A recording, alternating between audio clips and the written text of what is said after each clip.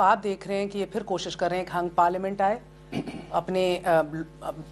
جو بھی جس کے اوپر اثر رہ سکتا ہے ان کو لے کر آئیں، کمزور ہنگ پارلیمنٹ لے کر آئیں، and if you are put in that situation you will refuse to rule, آپ الیکشنز کی طرف پھر جائیں گے؟ میں کبھی بھی، میں نے جو پچھلی باری جس میں عذاب سے گزرا ہوں، یعنی اتنا مشکل تھا حکومت چلانا،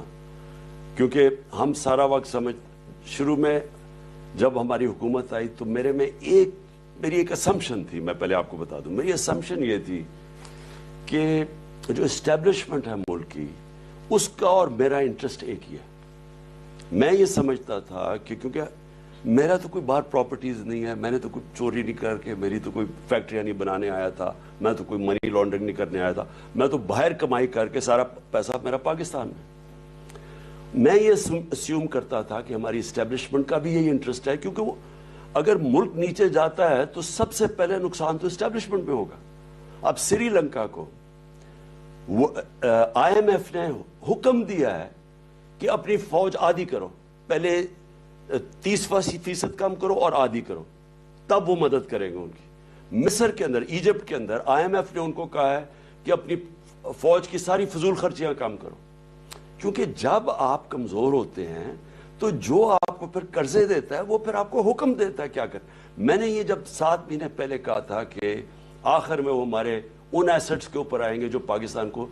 نہتا کر دے گا، میں نے تب کہا تھا کہ یہ گورنمنٹ ادھر لے کے جا رہی ہے ڈیفالٹ کی طرف، کہ جو ہمیں بیل آؤٹ کرے گا وہ ہماری سیکیورٹی کے اوپر کمپرومائز کروائے گا۔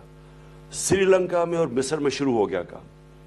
اب میں یہ سمجھتا تھا کہ ان کا بھی اور میرا انٹرسٹ ایک ہی ہے، اور میں